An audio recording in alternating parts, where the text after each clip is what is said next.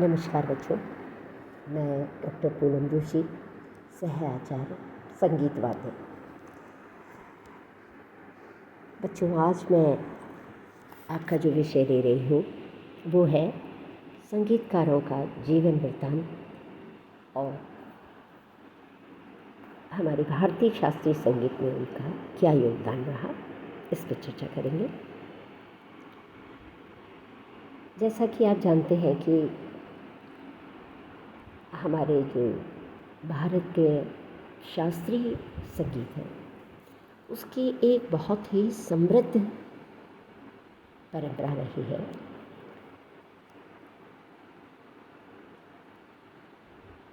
और हम ये देखते हैं कि हमारी प्राचीन काल से लेके आज के वर्तमान समय तक अनेकानेक ऐसे मूर्धन्य कलाकार हमारे शास्त्रीय संगीत में हुए हैं जिन्होंने अपनी कला से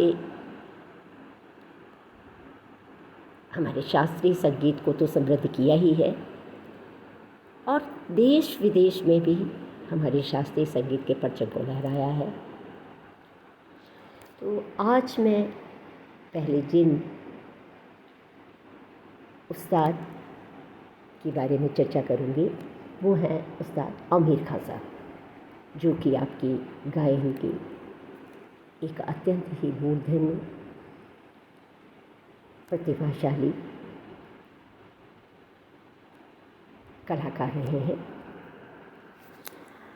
उस्ताद आमिर खां साहब का जन्म जो है वो 1912 में अकोला में हुआ था।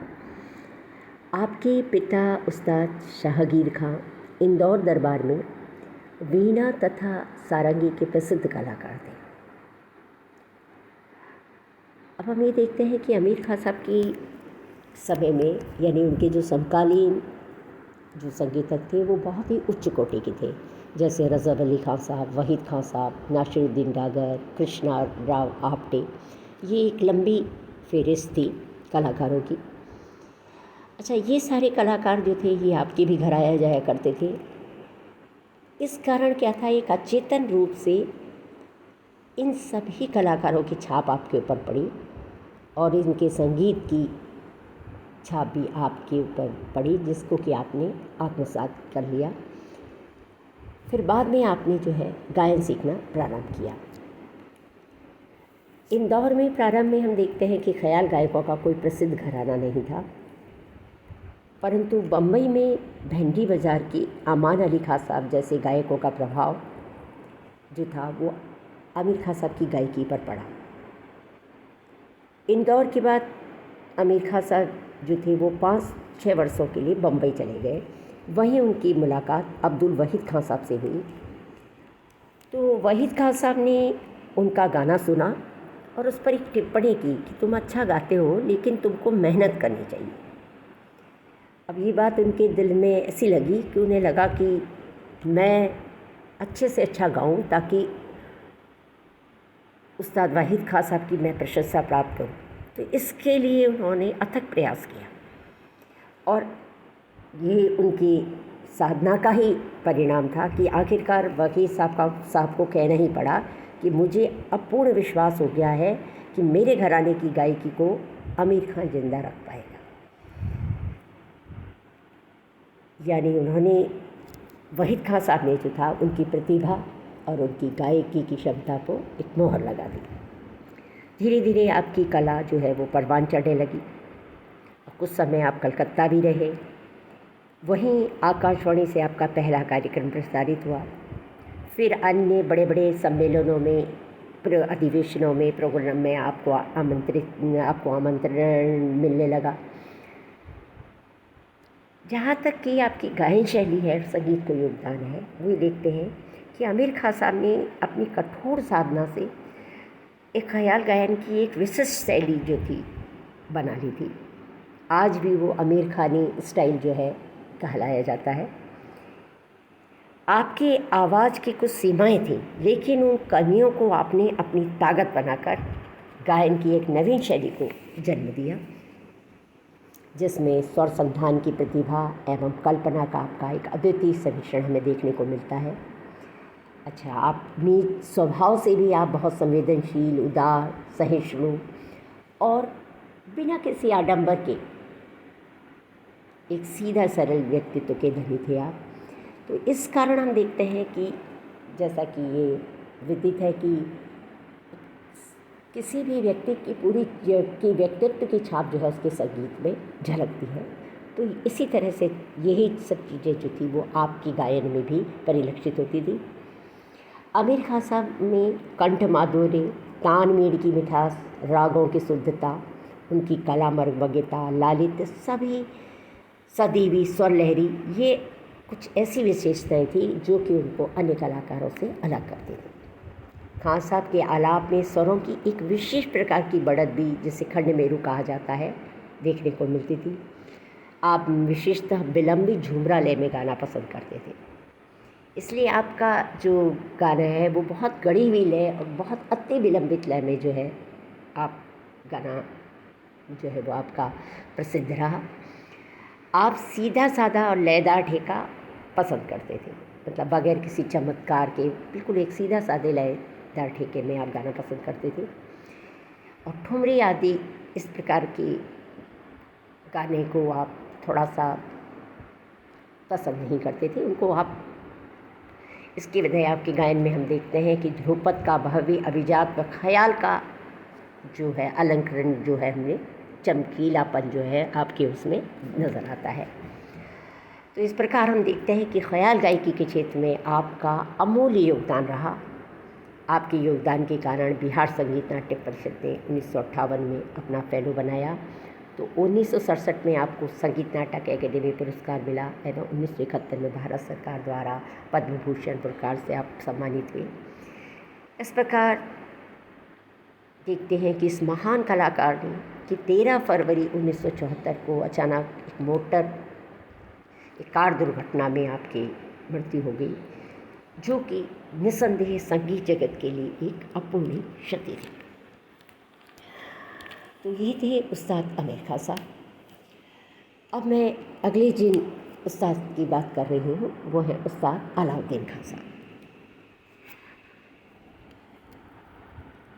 जैसे आमिर खान साहब ख्याल गायकी से संबंधित थे, उस्ताद अलाउद्दीन खान साहब जो है मुख्यतः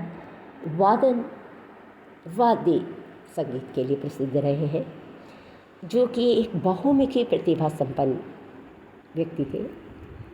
आपका जन्म 1862 में त्रिपुरा जिले के शिवपुर ग्राम में एक संगीतकार परिवार में हुआ था, पर आपकी जन्मतिथि के बारे में थोड़ा मतभेद मिलता है। कुछ इनकी जन्मतिथि 1870 भी मानते हैं। और आपके पिता का नाम जो था साधु खां था, जो कि इनके पूर्वज जो थे वो हिंदू माने जाते थे। साधु खां साहब जो आपके पिता थे, उन्होंने प्रसिद्ध रबाब वादक कासिम अली खां से सितार सीखा था। तो वो जब घर पर रियाज़ करते थे तो स्वाभाविक रूप से अलाउद्दीन खान साहब अपने पिताजी के साथ गुनगुनाया करते थे। साथ ही उनके भाई जो थे वो तबले पर संगत किया करते थे। तो इस तरह से हम देखते हैं कि अल्प आयु में ही एक जो आपको संगीत का वातावरण मिला, उसके कारण स्वर, लय, ताल ये अनायास ही आपके अंदर आ गए और इनका अच्छा ज्ञान आपको हो गया। अच्छा, आपका संगीत की तरफ इतना अधिक रुझान था कि पढ़ाई में आपका ज़्यादा मन नहीं लगा, तो आप पढ़ाई छोड़कर कलकत्ता चले गए। वहाँ अपनी काफ़ी संघर्षपूर्ण समय बिताया, क्योंकि नई जगह थी। फिर इसलिए इनके पिता आपको वहाँ से वापस ले आए, परंतु ये फिर घर छोड़कर कलकत्ता चले गए। फिर वहाँ इन्होंने स्वर्गीय गोपाल चंद भट्टाचार्य जी से गायन सीखना प्रारंभ किया और 7 सालों तक उनसे गायन सीखा। फिर स्वामी विवेकानंद के भाई अमृतलाल जी से आपने वायलिन, बांसुरी, क्लैरिनेट सीखा। फिर हम ये देखते हैं कि लोबो नामक बैंड मास्टर से आपने अंग्रेजी स्वरलिपि सीखी और एक अन्य व्यक्ति से आपने शहनाई भी सीखी। तो इस तरह से आपको विभिन्न प्रकार के वाद्यों में और गायन, इन सब में आपको एक कमांड हो गया। साथ ही ऑर्केस्ट्रा संगीत का भी पूरा ज्ञान प्राप्त करने के बाद आपने एक प्रसिद्ध सरोद वादक अहमद अली से सरोद की शिक्षा ली। तदुपरांत आप रामपुर के उस्ताद वज़ीर खां साहब से आपने ध्रुपद, होरी, तराना आदि की शिक्षा ली। तो इस प्रकार हम देखते हैं कि आपने गायन और वादन इसमें बराबर सब से आपने शिक्षा प्राप्त करी और इस कारण आपका एक बहुमुखी व्यक्तित्व जो है बन गया। तत्पश्चात आप रामपुर से निकलकर कलकत्ता आए और फिर कार्यक्रमों में आपने भाग लेना शुरू किया और शीघ्र ही आपको वो ख्याति मिलने लगी। फिर आपने मैहर रियासत में नौकरी कर ली, वहाँ मैहर रियासत में आपने नौकरी कर ली। इस बीच आप उदय शंकर जी के साथ, जो कि पंडित रविशंकर जी के बड़े भाई थे, उनके साथ अपने विदेशों में कई स्थानों पर अपने कार्यक्रम प्रस्तुत किए। अब भारतीय संगीत को जहाँ तक आपकी देन है, हम देखते हैं कि अलाउद्दीन खां साहब एक निस्संदेह एक बहुत ही बहुमुखी प्रतिभा संपन्न कलाकार थे। आपने विविध ध्रुपद, धमार, आपने विधिवत सबसे ध्रुपद धमार भी सीखा, तो इसलिए लगभग 3000 ध्रुपद धमार का आपने संग्रह किया। इस कारण हम देखते हैं कि आपके वादन में ध्रुपद धमार शैली का जो है वो प्रभाव अधिक है। आप जोड़ आलाप जो है वो ध्रुपद धमार अंग से ही बजाते थे। मसीद खानी गत की लय आप बहुत कम रखते थे और आपने कई रज़ा खानी गतों का भी निर्माण किया, साथ ही वज़ीर खानी गत को आपने आविष्कृत किया। ये गतें भी जो थी वो ध्रुपद शैली पर ही आधारित थी। आपके वादन में लड़ी तान, सपार तान, एकहरा तान आदि तानों की भी हमें कई वैरायटी देखने को मिलती हैं। इसके साथ ही क्रंतन, मीण, सूद, गमक आदि ये जो भी विविध अलंकरण जो कि वाद्य संगीत की जान है, ये सब आप बखूबी बजाते थे। आपने कई नवीन रागों की रचना की, जिसमें शोभावती, धवलेश्वरी, दुर्गेश्वरी, हेमंत, हेम बिहाग, केदारमा, चंडिका, सरस्वती, मदन मंजरी, ऐसी कई सूची इसकी काफ़ी लंबी है। और इसी तरह से आपकी शिष्य परंपरा की भी एक लंबी फहरिस्त रही है, जिसमें कि जितने आपके शिष्य रहे वो स्वयं भी जो है अपने अपने क्षेत्र में उन्होंने बहुत नाम कमाया।